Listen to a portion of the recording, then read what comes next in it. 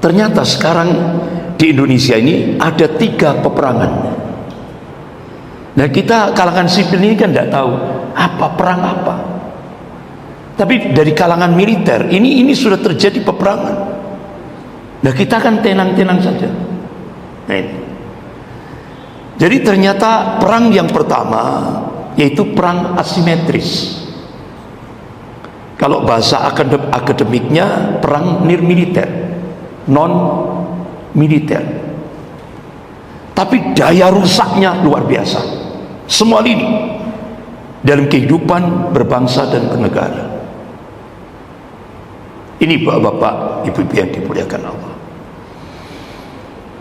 Apalagi kita lihat cengkeraman imperialisme Cina luar biasa dengan proyek One Belt One Road. Dia menjangkau 65 negara dan 70% populasi dunia. Dan strategi Cina itu menggunakan strategi one country two system, satu negara dua sistem, kolaborasi. Ini yang kita saksikan. Sehingga akhirnya bapak-bapak, ibu-ibu yang dimuliakan Allah, benar-benar ini luar biasa perang asimetris ini. Kemudian yang kedua yaitu proxy war, perang boneka. Jadi ternyata untuk mencengkeram Indonesia cukup dengan boneka, tanpa berpayah-payah.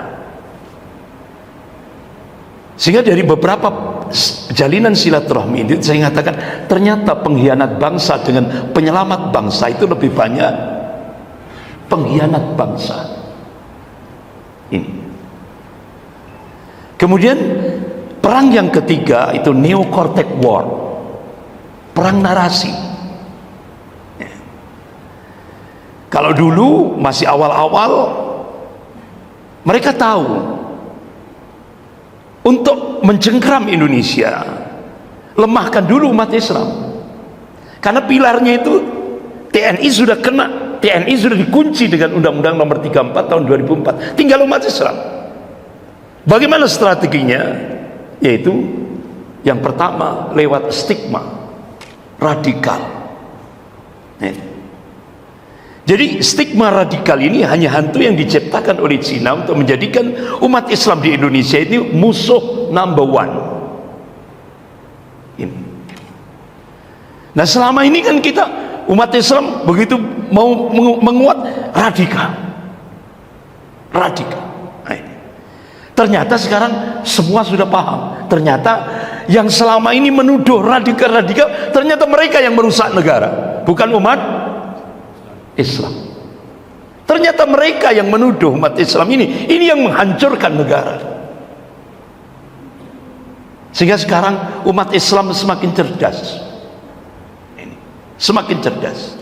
Nah, sekarang bapak-bapak, ibu yang dimuliakan Allah, akhirnya setelah dengan stigma radikal itu sudah mulai gagal. Sekarang pakai strategi divide et impera, adu domba. Berapa biayanya? 20 triliun untuk adu domba sesama kaum muslimin.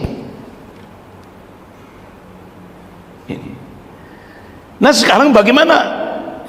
Neo-cortex war masih digerakkan. Salah satu contoh adalah pesantren Zaitun.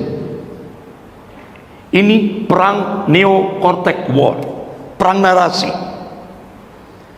Ada kesengajaan mereka dipelihara untuk melecehkan Islam, melecehkan Allah, melecehkan Rasul, melecehkan Al-Quran, melecehkan ulama.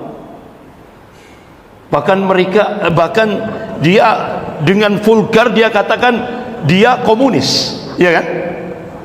Panji Gumilang kan menyatakan dia komunis, terang-terangan vulgar sudah. Jadi ini neo cortex war, perang narasi. Nah, oleh karena itu bapak-bapak, ibu-ibu yang dimuliakan Allah, Bagaimana solusi syar'i? Bagaimana solusi syar'i? Allah ingatkan dalam surah Ar-Ra'd ayat 11 itu. A'udzubillahi minasyaitonir rajim. Innallaha la yughayyiru ma biqaumin hatta yughayyiru ma bi anfusihim. Sesungguhnya Allah tidak akan merubah kondisi satu kaum hingga kaum itu merubah apa yang ada pada dirinya sendiri. Ini quantum change, quantum perubahan yang diberikan oleh Allah. Allah nggak akan merubah nasib umat Islam di Indonesia ini kalau umat Islam di Indonesia tidak mau berubah. Ini. Jadi ini benar-benar gerakan islah, gerakan perubahan ini harus benar-benar kita gerakkan. Umat ini harus bangkit. Jadi memang yang kita saksikan selama ini umat Islam terus dijadikan target, dipressure, ditekan dan semua ini. Tapi mereka tidak paham bahwa semakin dipressure, semakin ditekan, sunatullahnya apa? Bangkit. Ini yang mereka tidak paham. Oleh karena itu Rasulullah akan mengingatkan. Qala Rasulullah sallallahu alaihi wasallam, wa innal iman idza waqa'atil fitan bisyah.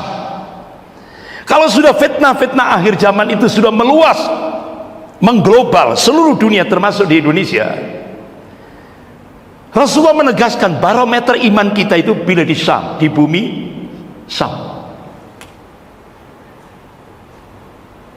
Oleh karena itu, bapak-bapak, ibu-ibu yang dimuliakan Allah, ada seorang ulama di bilad Syam, yaitu Syekh Dr. Abu Bakar Al-Awawidah.